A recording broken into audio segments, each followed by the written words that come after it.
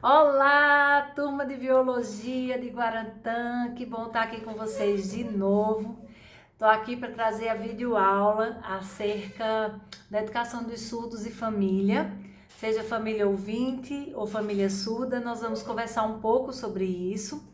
E por isso, eu ofereci para vocês na plataforma o texto da minha dissertação, para que vocês conhecessem o estudo de caso que eu fiz sobre uma criança surda em uma família ouvinte, mas em uma família que se envolveu com a educação deste aluno surdo, desta criança surda, e que resultou em sucesso educacional, sucesso acadêmico, sucesso profissional, né? Eu gostaria que vocês lessem o resultado da dissertação.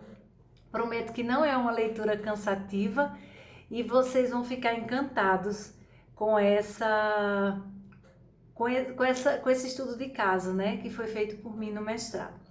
Gente, antes de a gente falar sobre isso, né, na unidade anterior, na unidade 9, eu solicitei a vocês para assistirem um filme.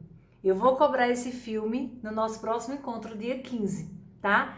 Nós vamos conversar sobre ele e dentro dele vamos falar sobre várias questões da surdez, tá certo? Então, por favor, assistam esse filme até o dia 15, temos tempo para isso, né? Assistam o filme que nós vamos discutir sobre ele, tá bom? Eu prefiro discutir sobre ele e ver que vocês assistiram do que fazer uma atividade para vocês assistirem. Esse filme é muito importante e é baseado em fatos reais.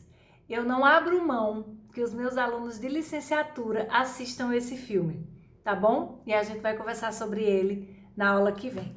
Então, esse filme ele já trata, é o filme Black, é um filme indiano de 2 horas, daqueles que a gente assiste e chora ao final, né? Passa vergonha, né? Mas é um filme que nos leva a refletir sobre diversos aspectos da educação de surdos, né? Um desses aspectos é a questão da família, né? A gente vê que a história, que é baseada em fatos reais, como eu já falei, é a história de Helen Keller. A família passa por diversas situações, né? A situação da descoberta, a situação do luto, né? Porque morre uma criança sonhada, né? Uma criança com saúde, uma criança perfeita, e vive-se esse luto, a aceitação e aí as decisões. O que vamos fazer com essa criança? O que vamos fazer com essa situação que se instaurou na família, né? Então a gente vê as questões da irmã, a gente vê as questões do pai, a gente vê as questões da mãe e a questão da criança, que no caso do filme é surda cega, ok? Na dissertação que eu mandei para vocês, eu trato de eu conto a história de uma criança surda, né? Nasceu surda numa família de ouvintes que nunca teve outro surdo na família, ou seja, uma família que não tem conhecimento do assunto, ok? Uma criança que foi descoberta a surdez aos 2 anos de idade, foi descoberta que era surdez profunda, isso há mais de 25 anos, né? Surdez profunda bilateral, a gente já viu sobre isso lá nos aspectos biológicos, né? Eu espero que vocês tenham lido, ok? Se precisar, a gente faz uma videoaula sobre isso. Bilateral, a perda, ou seja, dos dois lados, 100%. Ele nunca ouviu, né? Nasceu surdo.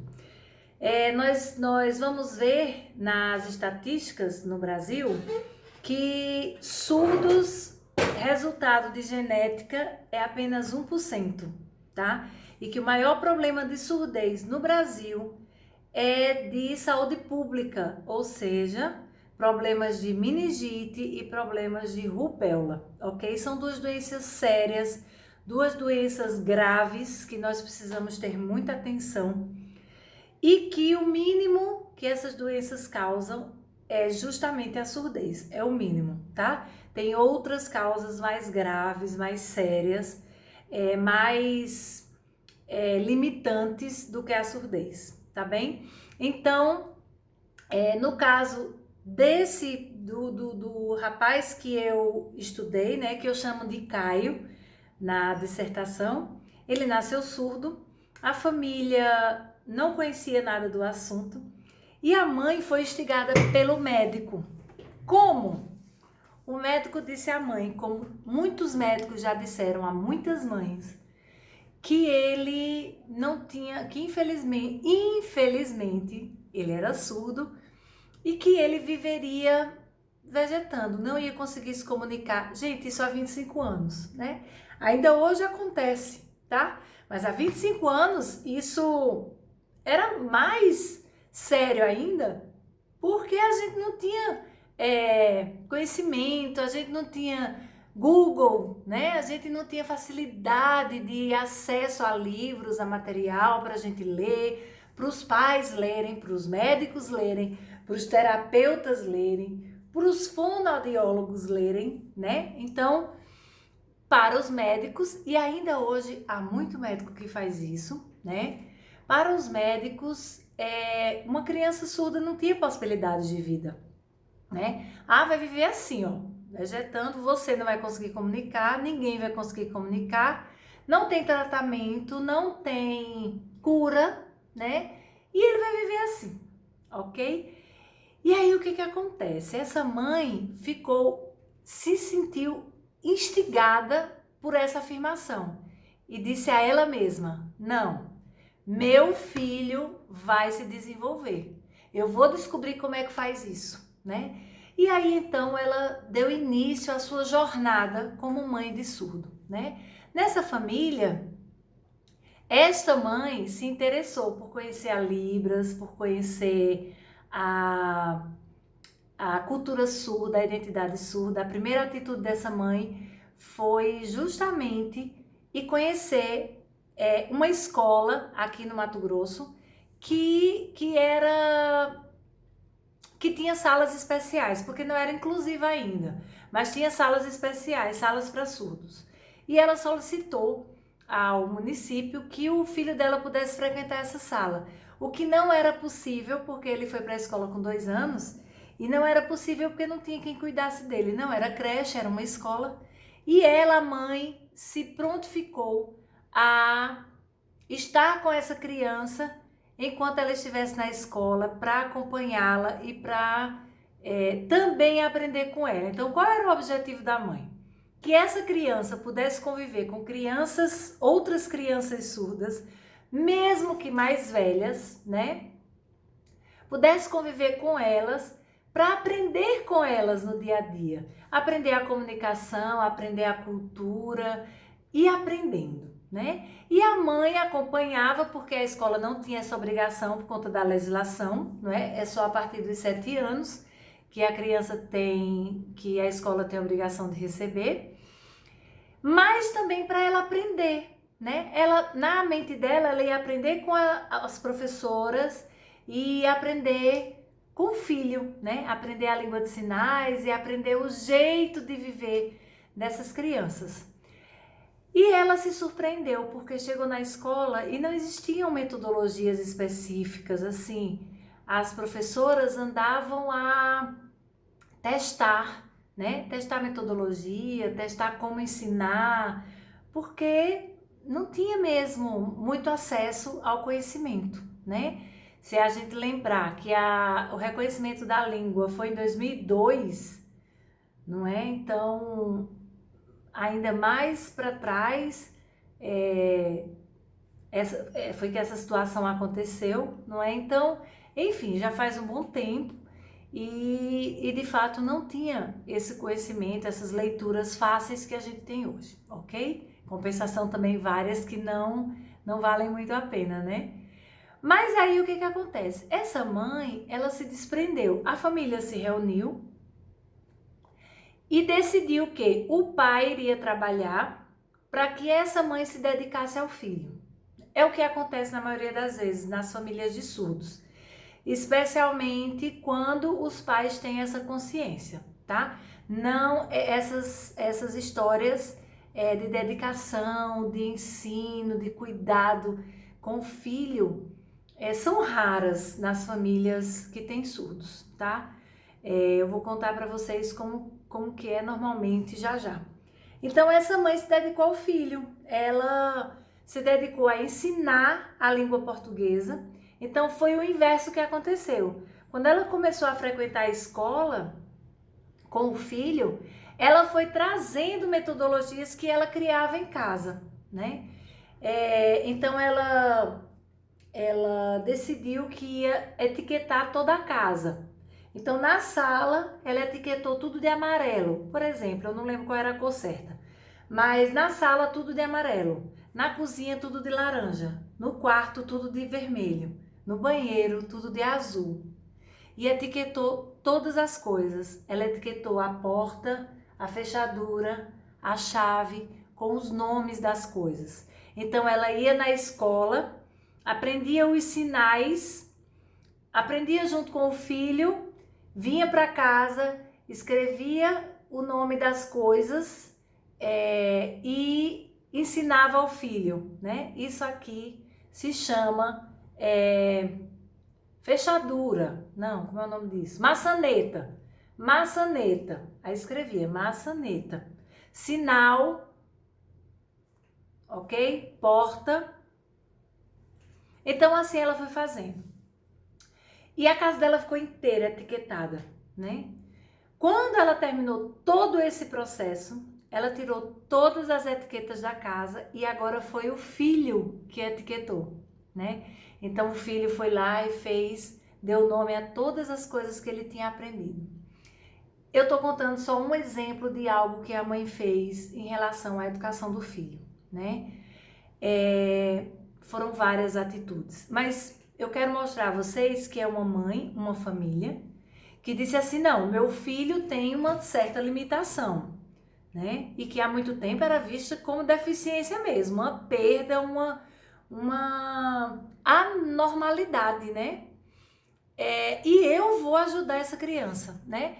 Essa mãe, quando seu filho chegou no ensino médio, ela foi fazer faculdade, porque quando ele estava terminando o fundamental. Porque ela disse que quando ele terminasse o ensino médio, ela não ia saber mais como ajudá-lo, porque ela não tinha faculdade, né? Então ela é uma mãe que de fato se dedicou. Mas não é assim que acontece sempre, né? Normalmente as crianças surdas nascem em famílias de ouvintes que não têm conhecimento do assunto, né? E muitas não se interessam pelo assunto, porque a mãe do Caio também não tinha conhecimento do assunto, mas ela foi buscar onde ela pôde, né? Saiu buscando saber onde era que tinha surdo, só o filho dela que era surdo, quem mais era surdo na cidade, onde é que eu posso encontrar surdos, e onde é que eu posso encontrar apoio, e foi procurar, e foi se envolver com a vida do filho, para melhorar a situação dele, né? Conseguir ensiná-lo, conseguir fazê-lo evoluir. Inclusive, quando ele passou no primeiro vestibular, ela voltou ao médico, que disse que ele vegetaria, que ele não conseguiria se comunicar. Ele é oralizado, ele aprendeu a falar, tá? Oralizado. Aprendeu a falar. Ele faz leitura labial, ele escreve, ele lê tranquilamente em língua portuguesa, o que não nem sempre é comum no meio dos surdos, tá? Então essa mãe voltou ao médico e disse, tá aqui meu filho, passou em 2 vestibulares, está escolhendo o que é que ele vai fazer. Para você que disse que ele não ia conseguir viver, né? Que ele ia vegetar, que ele não ia comunicar, que ninguém ia se interessar, ok? Mas é isso que na maioria das vezes acontece. A gente vai ver isso no filme, né? Apesar de ser uma surda cega, foi isso que aconteceu, né? Os pais negligenciam, os pais não sabem o que fazer, porque eles não têm orientação, não é culpa deles, é que eles não têm orientação, né? Os médicos não sabem também, eles não são formados na faculdade para isso, né? Para lidar com esse tipo de situação. Logo, eles não dão orientação. É raro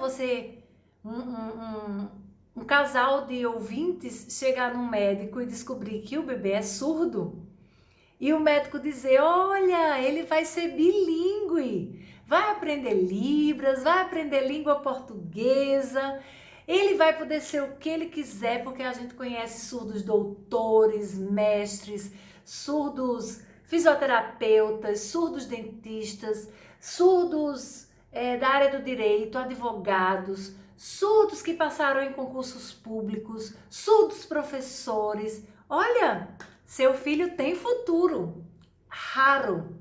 Eu vou dizer que não existe porque pode existir, não é? Mas se existir, é de fato muito raro um médico que tenha essa atitude, tá? E aí segue, né? A mãe leva no fonoaudiólogo. Normalmente os fonoaudiólogos são ensinados a ensinar a oralização e eu não diria denegrir, mas a subjugar, secundarizar, deixar como secundária a língua de sinais, né? Então, ainda existe um mito de que se o surdo aprender língua de sinais, ele não vai aprender a oralizar e ele não vai aprender a língua portuguesa. E é um mito, porque Caio é um exemplo fatídico de uma criança que nasceu surda, nunca ouviu, surdez profunda, 100% bilateral e que oraliza, né? Aliás, não, vou contar no fim. O que acontece? Muitos não têm esse conhecimento. Então, o que acontece normalmente na vida de um surdo? Quem tiver curiosidade um pouco mais e quiser assistir, assiste o filme Meu Nome é Jonas. É muito bom, é um filme velho, antigo. Não tem muitos filmes novos sobre Libras, mas tem alguns, depois eu posso indicar para vocês.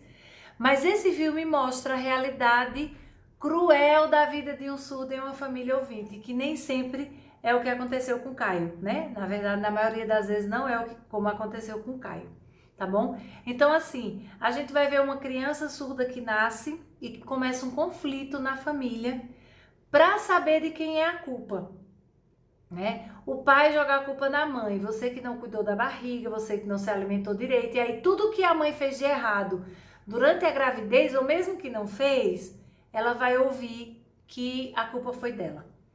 E da mesma forma, a mãe joga a culpa no pai. Você não esteve presente, você não veio comigo nas consultas, você também tem participação nessa situação e blá blá blá, né? Isso acontece bastante e muitas vezes leva à separação, porque a família não sabe como lidar com aquela situação inusitada, né?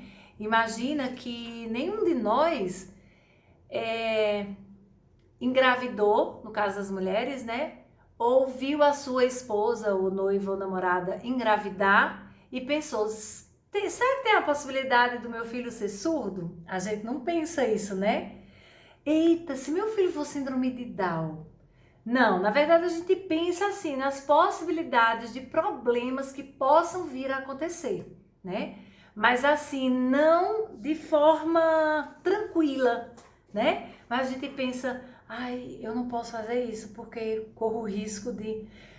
Não posso ter susto, não posso beber, né, álcool, não posso fumar, não posso usar droga, não posso... uma série de coisas, né?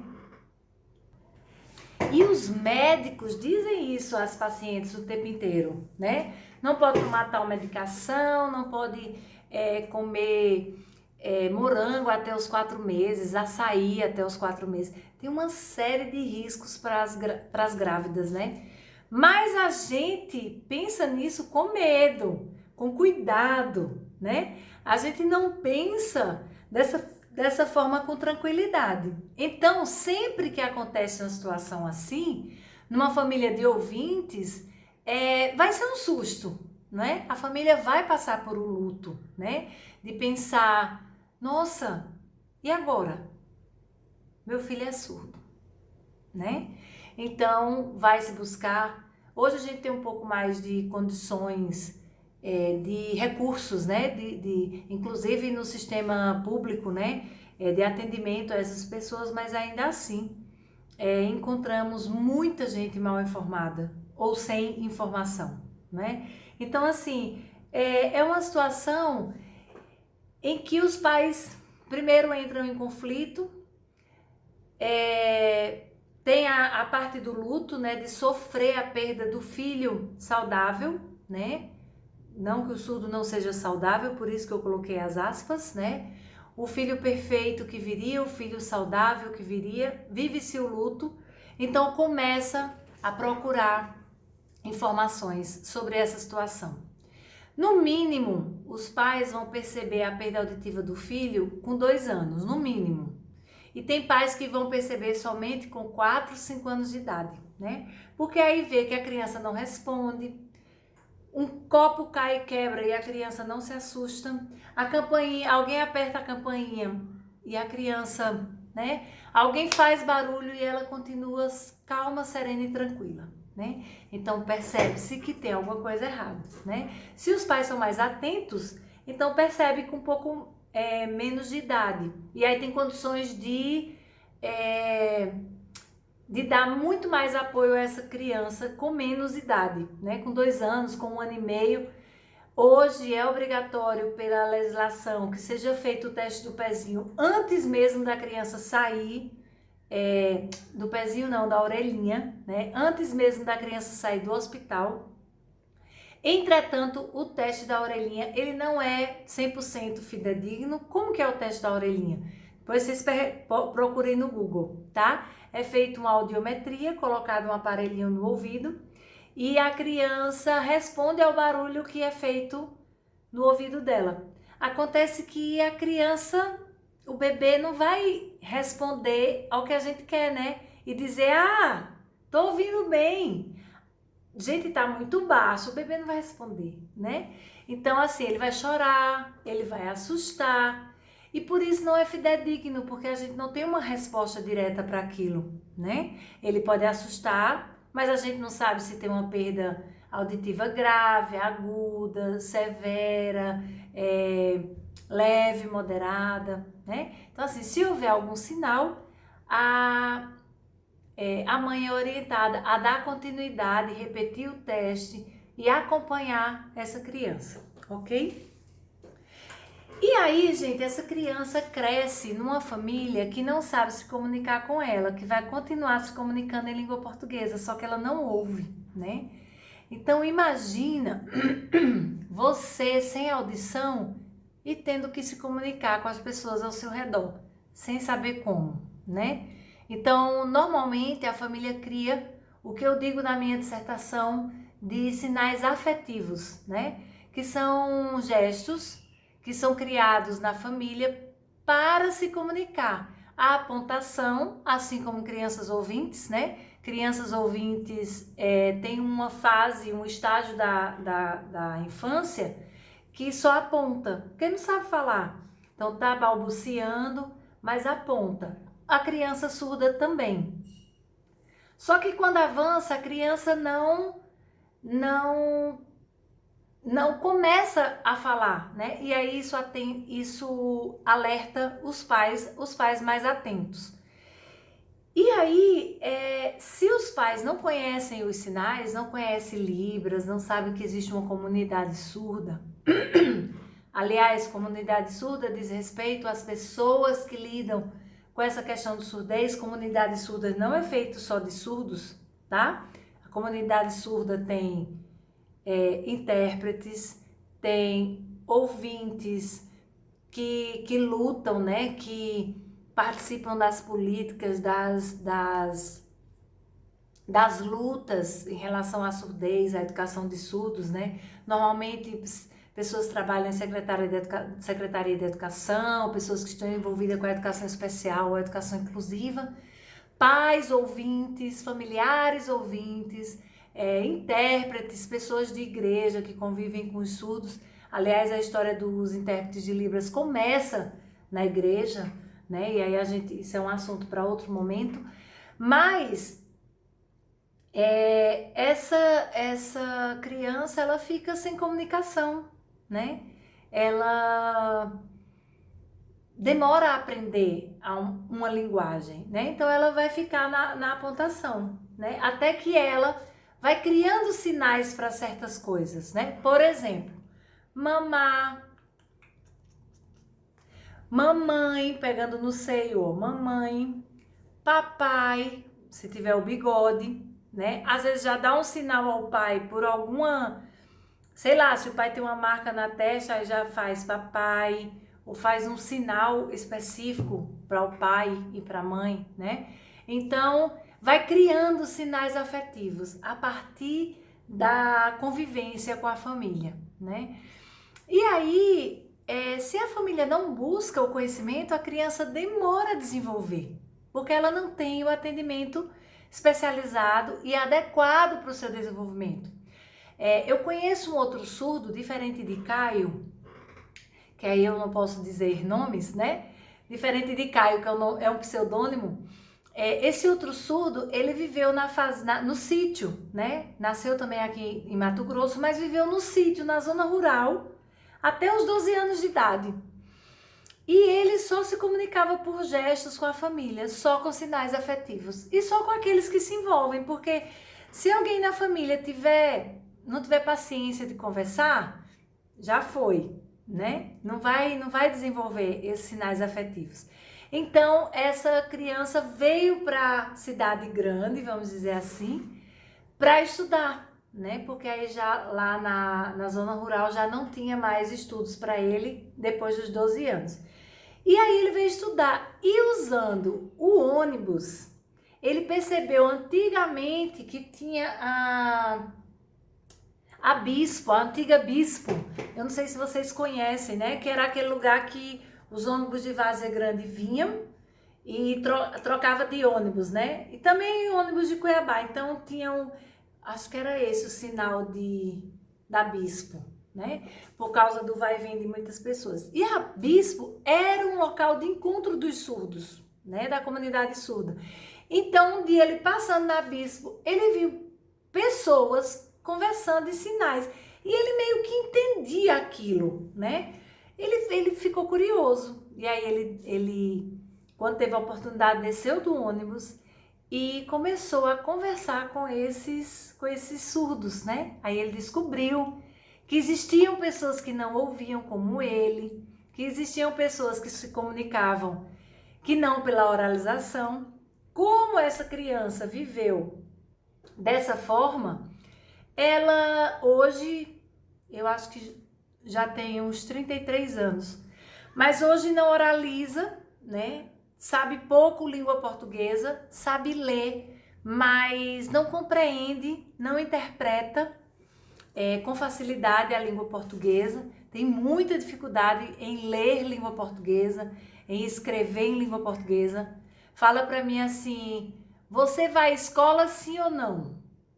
Porque, e aí eu respondo só sim ou não, porque se eu disser, não, hoje eu não vou na escola, porque ele já fica confuso com a língua portuguesa, tá? Porque teve acesso tardio a Libras, teve acesso tardio a uma educação adequada, porque aí depois que ele descobriu e que contou para os pais, então foi quando ele foi matriculado em escolas que tinham atendimento a surdos, né? O surdo Caio é mais novo do que esse outro surdo e o desenvolvimento dele é muito mais elevado. Já fez faculdade, já fez pós-graduação, é professor, tá fazendo outra faculdade agora, enquanto esse surdo que eu tô falando não fez ainda graduação, né? Tem um atraso no seu desenvolvimento, não é? Por causa da falta, da demora em ter contato com a língua de sinais e em ter contato com o processo de ensino-aprendizagem de forma adequada, né? Específica para o surdo. Essas são as situações que acontecem, né? Os dois extremos, né? Um surdo em que a família se envolve com a educação dele e que por isso ele consegue se desenvolver, por isso este foi o objetivo do meu trabalho. E um surdo que teve contato tardio com a língua de sinais, teve contato tardio com a educação de forma mais adequada e por isso tem um atraso, né, de compreensão de certas coisas, de compreender metáforas, por exemplo, de compreender situações mais complexas, né? Primeiro que viveu até os 12 anos na zona rural, então tem menos acesso à diversidade de coisas que a cidade grande tem. A shopping, a materiais de consumo, a alimentação diferenciada, né? Enfim. E aí, assim, o surdo, quando ele está numa família de ouvintes, ele não vai captar o conhecimento como a gente ouvinte capta, não é? Olha só, vamos supor que eu tenho um filho, né? Eu não tenho, mas vamos supor que eu tenho. Se eu tô aqui gravando meu áudio e ele tá ali brincando com os brinquedos dele, mesmo que ele não esteja prestando atenção ao que eu tô falando, ele tá ouvindo, não é? A gente ouve jornal enquanto a gente varre a casa, enquanto a gente limpa o jardim, né? A gente varre a casa ouvindo música, ouvindo as notícias, né? Eu hoje assisto live e faço curso enquanto estou fazendo as coisas de casa, né? Porque o tempo é curto. Então, hoje mesmo eu estava fazendo almoço e passando um vídeo lá de Libras de um curso que eu paguei e não consegui fazer online no mesmo tempo. Então, estou assistindo aos poucos, enquanto estou fazendo almoço, enquanto estou fazendo outras coisas, né? Mas o surdo não. O surdo ele não tem essa possibilidade de, enquanto está em um ambiente, poder ouvir o que está acontecendo do lado de lá, captar palavras novas, aprender palavras novas, né? E a gente sabe que as crianças do nada chegam pra gente com uma palavra nova, né? Esses dias, uma amiga minha falou que o filho disse a ela: mamãe, está docíssimo. Não é uma palavra que ouve todos os dias no vocabulário comum, não é? Mas a criança aprendeu, né? E a gente vê as nossas crianças aprenderem diversas palavras, diversas expressões, coisas até que a gente não quer que eles aprendam, né? Porque ouviram. Ouviu um vizinho chamar um palavrão, ouviu uma programação na TV que falou uma besteira, e aprende. O surdo não.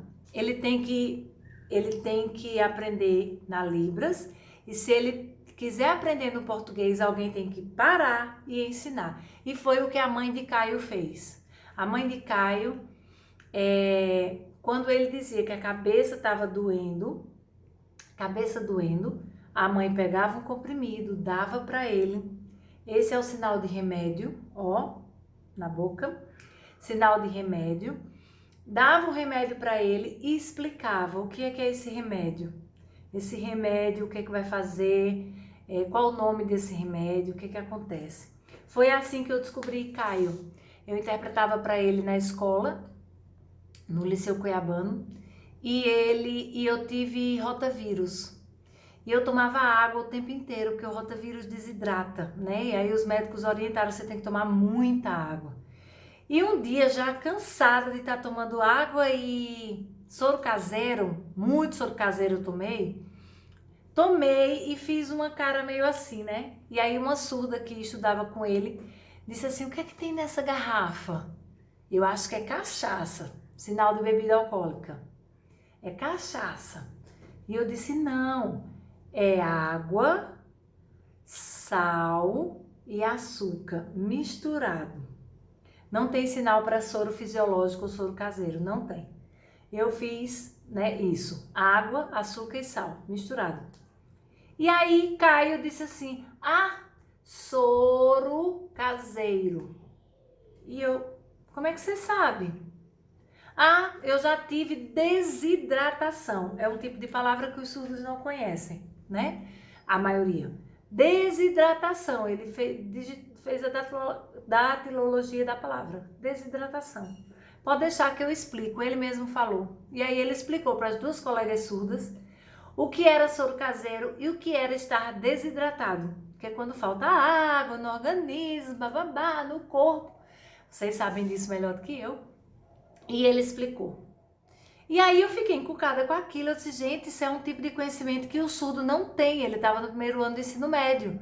O surdo não tem esse tipo de conhecimento e chamei a mãe para compreender aquela situação. E foi quando ela me contou que a forma como ela ensinou, que ela explicava tudo o que ela fazia. Por exemplo, se eles assistiam televisão e estava passando um enchente na televisão, ela explicava para ele em libras o que era aquilo que estava acontecendo, por que aquilo acontecia. As pessoas jogam lixo na rua e aí quando chove tem bueiro, enfim. Então ela explicava o passo a passo, coisa que não aconteceu com esse outro surdo e com a maioria dos surdos que a gente conhece.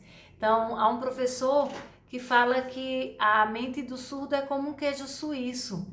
Tem muitas lacunas, tem muitas faltas, porque os familiares não sabem como lidar, a saúde não sabe como lidar e muitas vezes a educação, infelizmente até hoje, não sabe como lidar, né? Resultado desse surdo. Hoje esse surdo está casado, né? Fazendo segunda faculdade, já tem 2 pós-graduações, acabou de ter mais um filho, né? Tem uma filha e teve um menino agora. Ou seja, desenvolveu, né? Cresceu, desenvolveu, tá trabalhando, tem o salário dele, tem a vida dele, tem a casa dele. Cuida do filho e da filha sozinho com a esposa é surda também, e os 2 filhos são ouvintes, né? Que aí é outra situação, ouvintes nascerem na família de surdos, né? A outra situação é quando os surdos nascem na família de surdos, e aí vocês vão ver a diferença.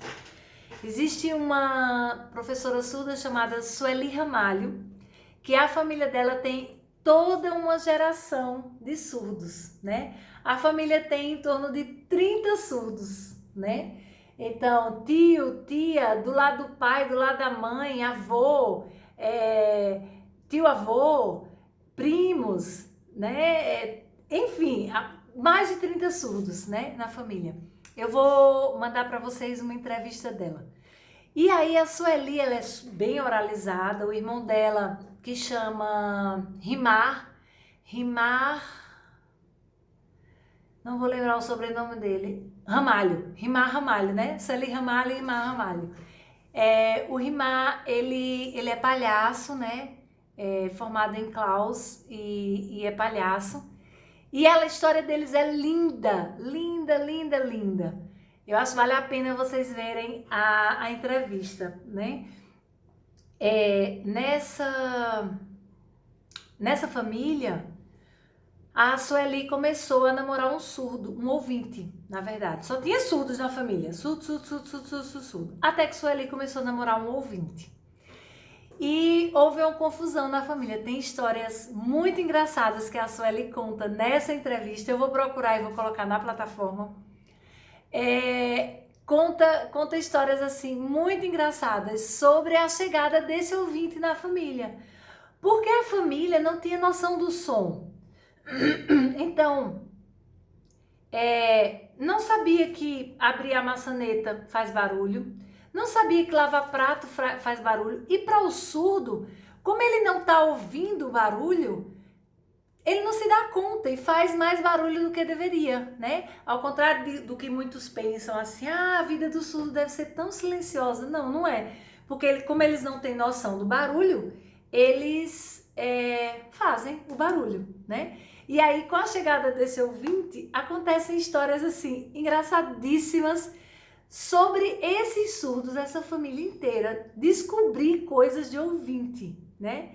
Vou contar uma coisa só para vocês terem curiosidade e assistirem um filme. Tem uma história sobre um pum, né? Que o pai soltou um pum, que não teve cheiro, mas o ouvinte, o namorado da Sueli, ouviu o pum, né? E aí, se vocês assistirem a entrevista, vocês vão ver a história. E aí, quando esse namoro deu certo, noivaram, casaram, e ela casou com o ouvinte, e tiveram um filho. E foram para casa, felizes para sempre, né? E começaram a viver normal, né? Como qualquer pessoa. E cuidar do filho. Isso ele disse que o menino chorava demais, chorava muito. Toda hora estava chorando, Até que ela descobriu que o filho era ouvinte e ela ficou chocada. E ela diz até na entrevista assim, gente, eu fiquei chocada porque eu achei que meu filho era normal. Veja, né? Qual é o significado da palavra normal? O que é normal, né? Para o surdo, o normal é ser surdo. Para nós, é ser ouvinte. Então, a palavra normal, ela não faz muito sentido, né? E ela diz, eu achei que meu filho era normal, mas meu filho não era surdo, ele era ouvinte. E por que é que o filho chorava? Porque a cada coisa que ela fazia em casa, chegava de salto, ou abria a porta, fechava a porta, tinha barulho e a criança se incomodava com barulho.